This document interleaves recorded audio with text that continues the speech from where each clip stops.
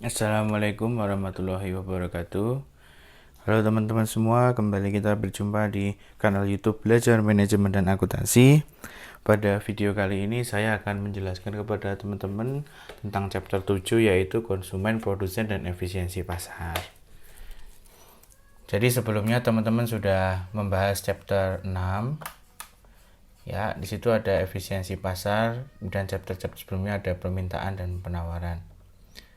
Nah, hari ini saya akan memberikan penjelasan tentang yang disebut surplus, ya, surplus produsen, surplus konsumen, dan efisiensinya juga.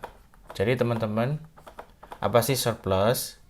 Surplus itu adalah keadaan di mana, ya, antara yang dibayarkan oleh konsumen, ya, kalau saya ngomong di sini adalah surplus konsumen dulu ya. Surplus konsumen itu berarti adalah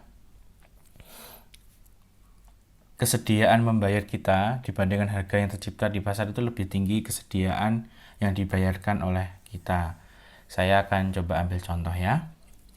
Di sini harga, ini kurva permintaan ya. Kita akan menggambar kurva permintaan. Teman-teman, misalkan kita mau membeli sebuah payung ya. Payung itu harganya misalkan bukan harga ya. Payung itu dijual dalam bentuk lelang. Contohnya seperti itu. Misalnya ada si A, si B, si C, si D. Nah, pada lelang tersebut ya, lelang payung. Saya tulis lelang payung. Itu si A misalkan bersedia membayar 100 $100 ya. Si B bersedia membayar $80. Si C rela membayar $70 dan si D rela membayar $50. Nah, bentuknya nanti seperti ini. Misalnya di sini ada harga 100, di sini ada harga 80, di sini ada harga 70, di sini misalnya 50. Nah, teman-teman semua, sekarang logikanya kalau misalnya harga yang tercipta di pasar itu adalah 80,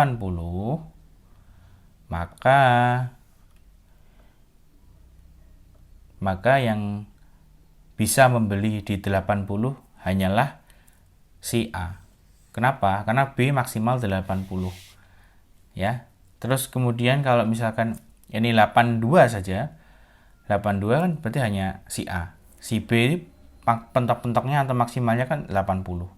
Sehingga kalau harga payung yang terjadi ya, nanti itu di atas 80, maka yang bisa membeli hanyalah si A. Oleh sebab itu surplus konsumennya saya singkat SK ya di kurva yang sebelah sini. Ya, ini SK. Kalau yang terjadi adalah harga di 80. Kalau terjadi di 75, di sini 75 misalnya gitu ya. Berarti yang bisa membeli adalah si A dan si B. Kalau ada si A dan si B berarti surplus konsumennya ada di sini. Artinya selisih antara kesediaan yang dibayar dengan harga yang terjadi itu lebih tinggi kesediaan yang membayar kita gitu. Mungkin si A orang kaya dan sebagainya. Macam-macam ya. Kemudian itu kita lihat C hanya bisa sampai di 70, kemudian yang D juga hanya sampai di 50. Oke, kita lanjutkan. Sekarang saya langsung gabung produsen ya. Produsen. Oke, sekarang misalnya di sini bukan lelang kalau produsen, misalnya harga jual HPP ya, atau biaya produksi sebuah barang. Misalnya PTA bisa memproduksi di harga HPP-nya 100, si B produksi HPP-nya 80, PTC 70, PTD 50. Oke. Nah, teman-teman, kalau kita lihat kurva produsen kan kemarin gini ya. Oke, kurva penawaran maksud saya ya. Ini demand atau permintaan, ini supply. Nah, teman-teman, pada surplus produsen ya, kita berarti akan membandingkan yang namanya harga pokok produksi atau biaya penjualan atau mungkin biaya untuk membuat sebuah barang ya. Misalnya di sini PTA 100, berarti di sini Ya, kemudian PTB 80 di sini, PTC 70, PTD 50. Nah, teman-teman, berarti surplus produsen yang paling tinggi yang mana? Yang paling besar ya yang ini. Jadi kalau apa? Kalau si surplus konsumen itu yang paling tinggi itu yang paling bisa membeli sebuah barang. Sekarang kalau surplus produsen itu yang paling rendah yang bisa memproduksi sebuah barang.